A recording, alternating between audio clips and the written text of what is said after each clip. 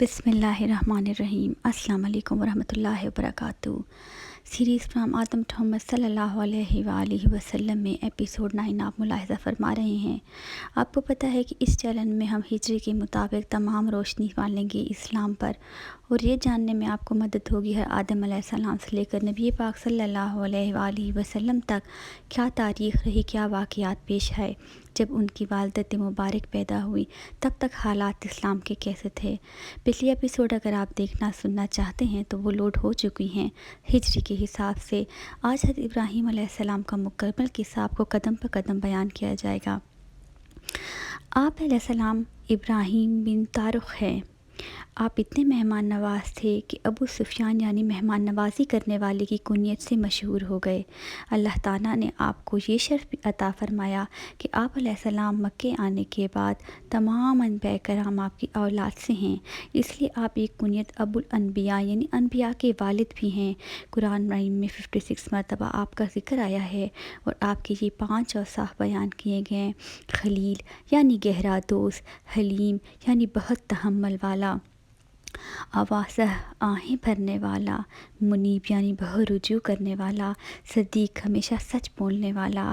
آپ کی مکی والدہ سرزمین احواز کے مقام سوس میں ہوئی۔ آپ کے والد آپ کو بابل مقام تمرود میں لے آئے۔ اللہ پاک نے آپ علیہ السلام کو حکمت و نادائی سے سرفراز فرمایا اور آپ کو زمین اور آسمان کی تمام اشیاء کا مشاہدہ بھی کرایا، چنانچہ ارشاد باری تعالیٰ ہے: اور اسی طرح ہم ابراہیم کو آسمانوں اور زمین کی عظیم عظمت دکھاتے اور ان کے لیے وہ عین الیقین والوں میں سے ہو جاتے۔ مفسرین و مورخین کا بیان ہے کہ نمرود بن کنعان بڑا جابر بادشاہ تھا۔ سب سے پہلے اسی نے تاج سر پر رکھا۔ یہ بادشاہ لوگوں سے اپنی پوجا کرواتا۔ کاہن اور نجومی بڑی کثرت سے اس کے دربار میں حاضر ہوتے رہتے۔ نمرود نے خواب دیکھا کہ ایک ستارہ طلوع ہوا ہے اور اس کی روشنی کے سامنے آفتاب و مہتاب بالغ بے نور ہو گئے ہیں۔ اس سے وہ خوف زدہ ہوا اور اس نے کاہنوں سے اس کی تعبیر دریافت کی۔ انہوں نے کہا: اسی سال تیری عظمت سلطنت میں ایک فرزند پیدا ہوگا جو تیرے ملک کے زوال کا باعث بنے گا، اور تیرے دین والے اس کے ہاتھ سے ہلاک ہوں گے۔ یہ خبر سن کر وہ پریشان ہوا اور اس نے حکم دیا کہ جو بچہ پیدا ہو قتل کر ڈالا جائے، اور مرد عورتوں سے علیحدہ رہیں، اور اس کی نگرانی کے لیے ایک محکمہ قائم کر دیا گیا، مگر تقدیر الہی کو کون ٹال سکتا ہے۔ حضرت ابراہیم علیہ السلام کی والدہ ماجدہ حاملہ ہوئیں، اور کاہنوں نے نمرود کو اس کی خبر بھی دی کہ وہ بچہ حمل میں آ گیا، لیکن چونکہ حضرت کی والدہ صاحبہ کی عمر کافی کم تھی، ان کا حمل کس طرح پہچانا ہی نہ گیا۔ جب حضرت ابراہیم علیہ السلام کی والدت کا وقت قریب آیا تو آپ کی والدہ اسی تہخانے میں چلی گئی جو آپ کے والد نے شہر سے دور کھود کر تیار کیا تھا۔ وہاں آپ علیہ السلام کی پیدائش ہوئی اور وہیں آپ رہے۔ پتھروں سے اس تہخانے کا دروازہ بند کر دیا جاتا تھا۔ روزانہ والدہ ماجدہ دودھ پلانے آتی اور جب وہ وہاں پہنچتی تو دیکھتی کہ آپ اپنی انگلی کا کنارہ چوس رہے ہیں اور اس سے دودھ برآمد ہوتا ہے۔ آپ بہت جلد بڑھتے گئے۔ کچھ بزرگوں نے یہ بھی لکھا ہے کہ جب حضرت ابراہیم علیہ السلام پیدا ہوئے تو ان کے والد کے ایک غلام نے اپنا بچہ پیش کیا، اور اس طرح آپ کی زندگی محفوظ رہی۔ واللہ علم۔ اللہ تعالیٰ ہر دور میں اپنے محبوب بندوں کو آزمائش میں ڈالتا رہا ہے، بالخصوص انبیاء کرام طرح طرح کی آزمائشوں سے گزرے ہیں۔ ان میں حضرت ابراہیم علیہ السلام کئی بار اور مشکل ترین آزمائشوں سے دوچار ہوئے، اور اللہ کے فضل و کرم سے وہ ہر مرتبہ کامیاب اور کامران رہے۔ حالانکہ کائنات اپنے بندوں کی ہدایت کے لیے کم و بیش 1,24,000 انبیاء کرام دنیا میں بھیجے، جن کا سلسلہ حضرت آدم علیہ السلام سے لے کر امام الختم النبی محمد صلی اللہ علیہ وآلہ وسلم تک جاری رہا۔ ان میں حضرت سیدنا ابراہیم خلیل اللہ علیہ السلام کو دوسرے انبیاء پر کئی جہتوں سے ایک خاص قسم کی بزرگی اور عظمت حاصل ہے۔ اللہ تعالیٰ نے قرآن پاک میں ان کا ذکر کثرت سے فرمایا اور مسلمانوں کو ان زندگی اور قربانیوں سے سبق لینے کی تلقین فرمائی تاکہ مسلمان ان کے نقش پا کو اپنا کار اپنے دنیا و آخرت سنوار سکے۔ لہٰذا آئیے ان کی زندگی کے چند گوشوں کا مطالعہ کر کے ہم اپنی معلومات میں اضافہ کرتے ہیں۔ آپ کا نام ابراہیم، لقب خلیل اللہ اور کنیت ابو ذیفان بہت بڑے مہمان نواز ہے۔ آپ کا سلسلہ نسب اس طرح بیان کیا جاتا ہے: ابراہیم بن طارق بن ناخور بن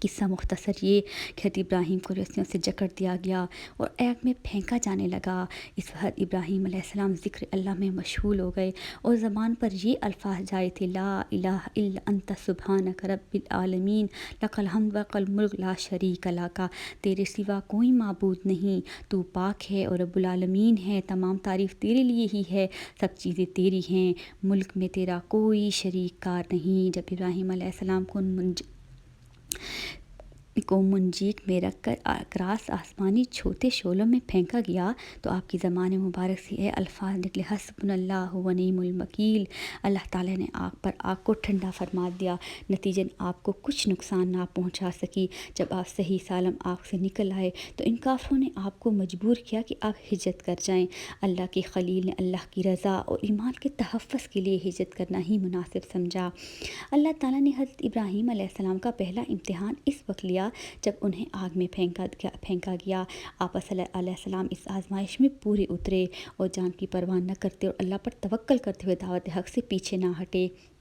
لیکن آپ کی آزمائشوں کا سلسلہ یہیں بند نہیں ہوا، بلکہ اللہ تعالیٰ نے آپ سے کئی اور امتحان لیے۔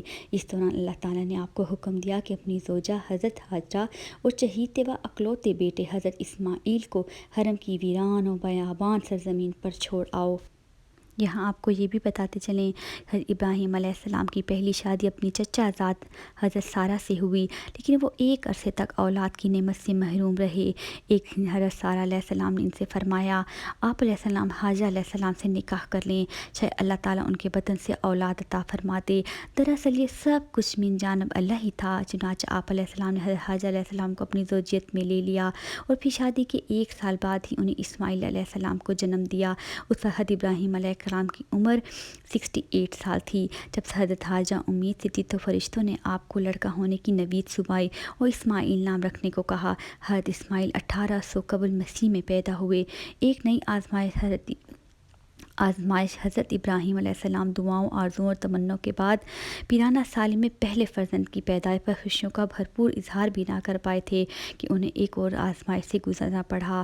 وہ حکم الہی نو بخت جگر اور فرمانبردار بیوی کو ملک شام سے ہزاروں دول میل ایک ایسی وادی میں چھوڑ آئے۔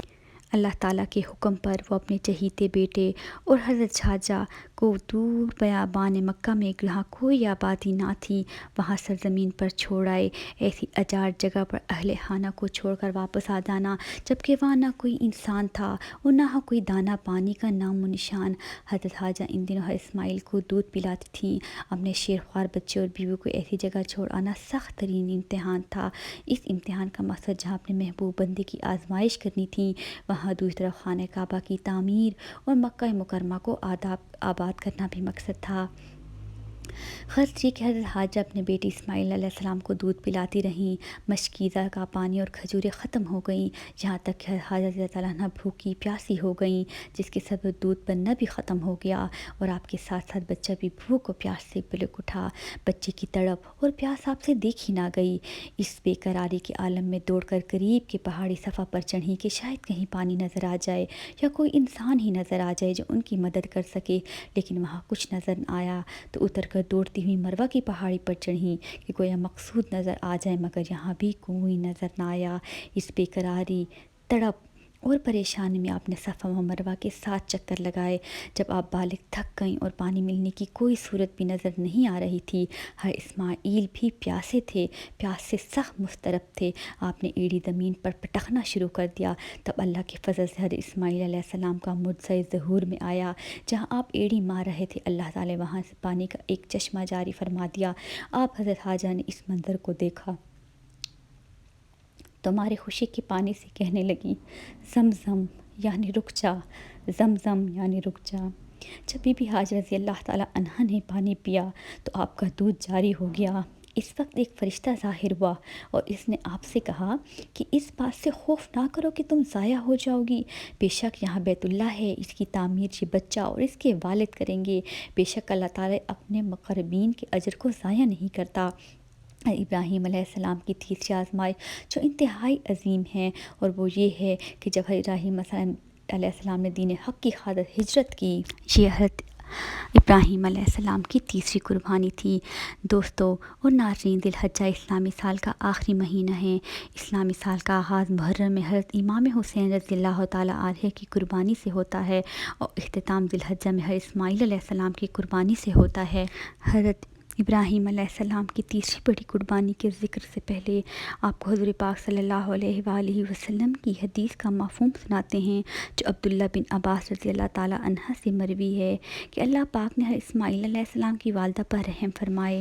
اگر وہ پانی سے چلو بھر پیتی اور اسے رکنے کا نہ کہتی تو وہ ایک بہتا ہوا چشمہ ہوتا۔ آب زمزم غذا بھی ہے اور شفا بھی، دوا بھی اور دعا بھی۔ اللہ تعالیٰ نے نہ صرف ماں بیٹے کے لیے بہترین غذا کا بندوبست کیا بلکہ تا قیامت مسلمانوں کو فیض یاب ہونے کا وسیلہ بنا دیا۔ مقدس ترین شہر حضرت حاجہ علیہ السلام اپنے صاحبزادے کے ساتھ وہیں رہ رہی تھیں کہ ایک روز عرب کے قبیلے بنو جرہم کے کچھ لوگ پانی کی تلاش میں وہاں پہنچے اور حضرت حاجہ کی اجازت سے وہاں رہائش اختیار کر لی۔ پھر دوسرے قبائل بھی وہاں آ کر آباد ہوئے اور یوں دیکھتے ہی دیکھتے وہ سنسان صحرا دنیا کے سب سے مقدس و متبرک اور عظیم شہر مکہ مکرمہ میں تبدیل ہو گیا۔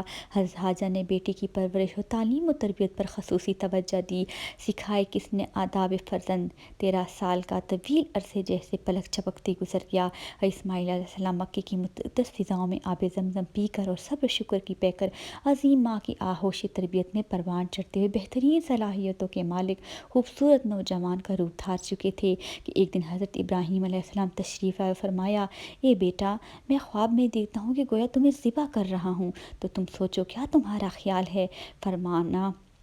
فرما بردار بیٹے نے سر تسلیم خم کرتے ہوئے فرمایا، بجان، آپ علیہ السلام کو جو حکم ہوا ہے وہی کیجیے۔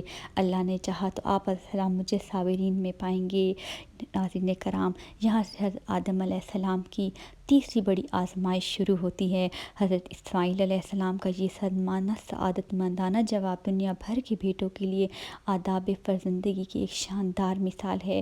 اطاعت و فرما برداری اور تسلیم و رضا کی اس کیفیت کو علامہ اقبال نے کچھ یوں بیان کیا: یہ فیاضان نظر تھا یا کہ مکتب کی کرامت تھی، سکھائے کس نے اسماعیل کو آداب فرزندی، منا کی جان سفر و شیطان کی چالیاں۔ حضرت ابراہیم علیہ السلام نے بیٹے کا جواب سنا تو انہیں سینے سے لگایا اور حضرت حاجرہ علیہ السلام کے پاس لے آئے، فرمایا، اے حاجرہ علیہ السلام، آج ہمارے نور نظر کو آپ اپنے ہاتھوں سے تیار کیجیے۔ ممتا کے مقدس شیریں اور انمول جذبوں میں ڈوبی ماں نے اپنے اکلوتے بیٹے کو نئی پوشاک پہنائی، آنکھوں میں سرما، سر میں تیل لگایا اور خوشبو بھی رچا بسا کر باپ کے ساتھ باہر جانے کے لیے تیار کر دیا۔ اسی اثنا میں حضرت ابراہیم علیہ السلام بھی ایک تیز دھار چھری کا بندوبست کر چکے تھے۔ پھر بیٹے کو ساتھ لے کر مکہ سے باہر منا کی جانب چل دیے۔ شیطان نے باپ بیٹے کے درمیان ہونے والی گفتگو سن لی۔ جب اس نے صبر و استقامت اور اطاعت خداوندی کا یہ روپ دیکھا اور یہ منظر دیکھا، مضطرب ہو گیا اور اس نے باپ بیٹی کو اس قربانی سے باہر رکھنے کا فیصلہ کر لیا۔ چنانچہ جمرہ عقبہ کے مقام پر راستہ روک کر کھڑا ہو گیا۔ حضرت ابراہیم علیہ السلام ساتھ موجود فرشتے نے کہا، یہ شیطان ہے، اسے کنکریاں ماریں۔ حضرت ابراہیم علیہ السلام نے اللہ اکبر کہہ کر اسے 7 کنکریاں ماری، جس سے وہ زمین میں دھس گیا۔ ابھی آپ علیہ السلام کچھ ہی آگے بڑھے تھے کہ زمین نے اسے چھوڑ دیا اور وہ جمرہ وسطیٰ کے مقام پر پھر ورغلانے کے لیے آ پہنچا۔ حضرت ابراہیم علیہ السلام نے دوبارہ کنکریاں ماری اور وہ پھر زمین میں دھسا، لیکن آپ علیہ السلام کچھ ہی آگے بڑھے تھے کہ وہ جمرہ اولا کے مقام پر پھر موجود تھا۔ حضرت ابراہیم علیہ السلام نے تیسری بار اللہ اکبر کہہ کر کنکریاں ماری تو وہ زمین میں دھس گیا۔ اللہ تعالیٰ کو ابراہیم خلیل اللہ کا شیطان کو کنکریاں مارنے کا عمل اس قدر پسند آیا کہ اسی رہتی دنیا تک کے لیے حج کے واجبات میں شامل فرما دیا۔ شیطان حضرت حاجہ علیہ السلام کی خدمت میں پیش ہوا اور شیطان اپنی ناکامی پر بڑا پریشان تھا۔ تینوں مرتبہ کنکریوں نے اس کے جسم کو زخموں سے چور کر دیا تھا۔ اچانک اسے ایک نئی چال سوچی اور وہ عورت کا بھیس پکڑ بھاگم بھاگ حضرت حاجہ کی خدمت میں حاضر اور بولا، اے اسماعیل علیہ السلام کی ماں، تمہیں علم ہے کہ ابراہیم علیہ السلام تیرے لخت جگر کو کہاں لے کر گئے ہیں؟ حضرت حاجر نے فرمایا ہاں وہ باہر گئے ہیں، شاید کسی دوست سے ملنے گئے ہوں گے۔ شیطان نے اپنے سر پر ہاتھ مارتے ہوئے کہا وہ تیرے بیٹے کو ذبح کرنے وادی منع میں لے گئے ہیں۔ حضرت حاجر نے حیران اور تعجب کا اظہار کرتے ہوئے فرمایا یہ کیسے ممکن ہے کہ ایک شفیق اور مہربان باپ اپنے چہیتے اور اکلوتے بیٹے کو ذبح کر دے؟ اس موقع پر بے ساختہ شیطان کے منہ سے نکلا وہ یہ سب اللہ تعالیٰ کے حکم پر کر رہے ہیں۔ یہ سن کر صبر و شکر اور اطاعت و فرما برداری کی پے کر اللہ کی برگزیدہ بندی نے فرمایا اگر یہ اللہ تعالیٰ کا حکم ہے تو ایک اسماعیل کیا، اس کے حکم پر 100 اسماعیل علیہ السلام قربان ہیں۔ اللہ تعالیٰ نے قربانی قبول فرما کر شیطان یہاں سے نامراد ہو کر واپس منا کی جانب پلٹا، لیکن وہاں کا ایمان افروز منظر دیکھ کر اسے اپنے سر خاک ڈالے اور چہرہ پیٹنے پر مجبور ہو گیا۔ وادی منا کے سیاہ پہاڑ، نیلے شفاف آسمان پر آپ علیہ السلام کی دوسری اہلیہ سیدنا بنت مزاز نے آپ علیہ السلام کے 12 لڑکے ہوئے، سب کے سب اپنی قوم کے سردار بنے اور ہر ایک نے الگ الگ بستیاں آباد کی۔ ان کی اولاد اتنی کثیر تعداد میں بڑھی کہ حجاز سے نکل کر شام، عراق، یمن تک پھیل گئی۔ محمد بن اسحاق نے اسماعیل علیہ السلام کے بیٹوں کے نام یوں ذکر کیے ہیں کہ آپ کے 12 بیٹے تھے۔ ابن کثیر میں لکھا ہے کہ گھوڑے پر سب سے پہلے سوار یمرخین نے لکھا ہے کہ دنیا میں جو شخص سب سے پہلے گھوڑے پر سوار ہوا وہ اسماعیل علیہ السلام تھے۔ اس سے پہلے گھوڑا وحشی جانور تھا، اسماعیل نے اسے سیدھا اور مانوس کیا اور پھر اس پر سواری کی۔ حضرت عبداللہ بن عمر سے مروی ہے کہ رسول پاک صلی اللہ علیہ وآلہ وسلم نے فرمایا گھوڑوں کو اپناؤ اور ان پر سواری کرو، بے شک یہ تمہارے باپ حضرت اسماعیل علیہ السلام کی میراث ہے۔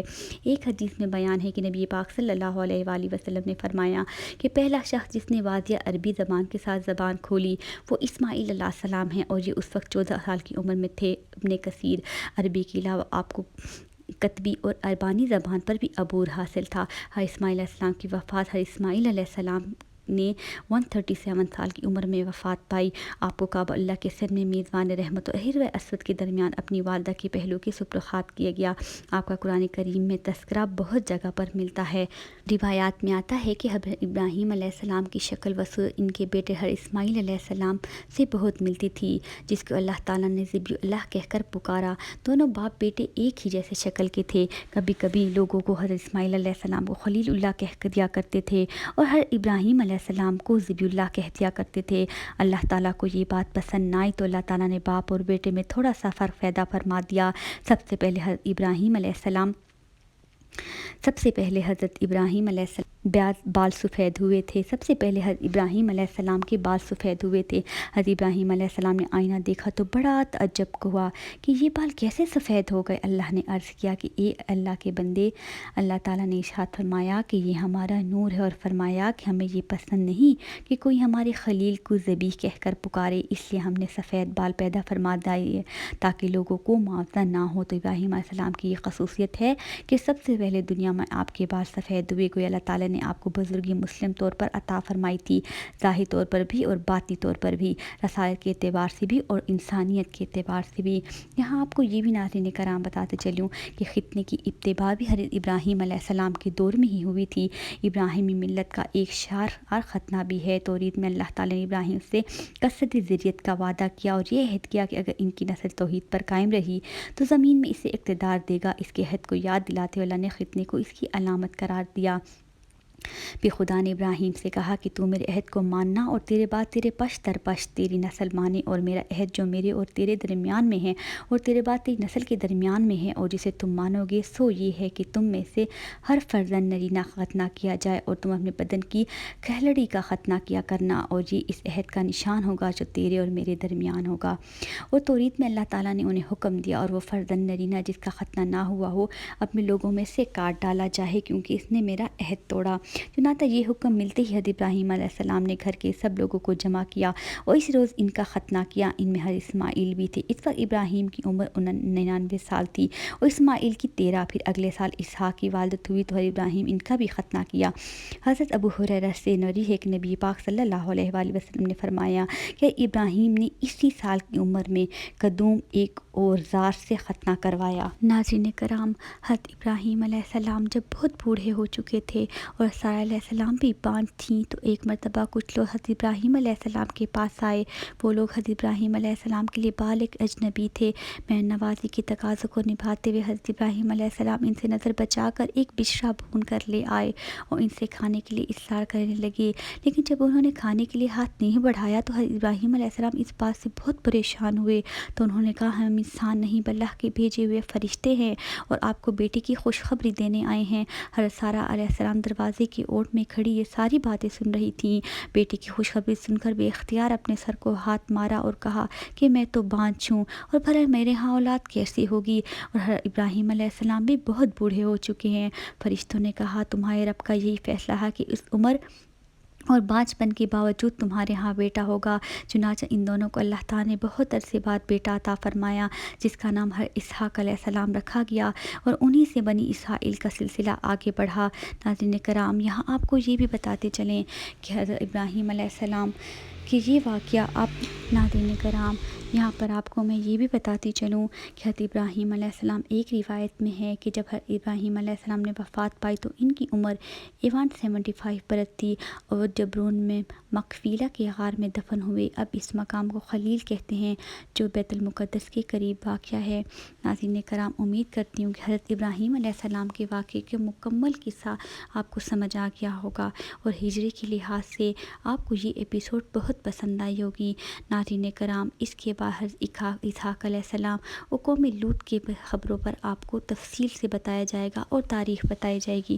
یہاں آپ کے لیے یہ جاننا ضروری ہے، جو قصہ میں نے ابھی بیان کیا کہ فرشتے حضرت ابراہیم علیہ السلام کے گھر تشریف لے گئے، یہاں حضرت ابراہیم علیہ السلام نے کیا پوچھا ان سے کہ اپنے چچا زاد بھائی کو انہوں نے ہجرت کا کہا، اور ان کی قوم لوط میں کیا ہوا، یہ سب آگے آپ کو بتائیں گے، کیونکہ یہ فرشتے حضرت ابراہیم علیہ السلام کے گھر کے بعد فوراً قوم لوط کی طرف رواں دواں ہو گئے۔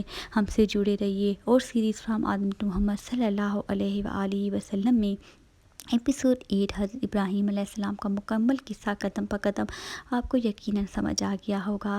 اگر آپ مجھے رائے سے اپنے خیالات رائے سے آگاہ کرنا چاہتے ہیں تو کمنٹ میں ضرور مجھے آگاہ کیجیے گا، مجھے اچھا لگے گا۔ میری اس کاوش اور محنت میں مجھے تھوڑی سی آپ کی حوصلہ افزائی کی ضرورت ہے۔ چینل کو لائک کیجیے گا، شیئر کیجیے گا، سبسکرائب کیجیے گا، اور بیل آئیکن کو دبانا ہرگز مت بھولیے گا، کیونکہ یہ صدقہ جاریہ ہے۔ اپنے بڑے بوڑھوں بچوں اور سب کے ساتھ شیئر کیجیے گا۔ امید کرتی ہوں کہ آپ کو یہ سیریز بہت پسند آئے گی، جس میں بہت آسانی سے آپ کو سمجھ آئے گا کہ حضرت آدم علیہ السلام سے پہلے بعد حضور پاک صلی اللہ علیہ وآلہ وسلم تک تاریخی اسلام میں کیا تھا، کیا نہیں ہے، ان تمام پر روشنی ڈالوں گی۔ اللہ نگہبان، اللہ حافظ۔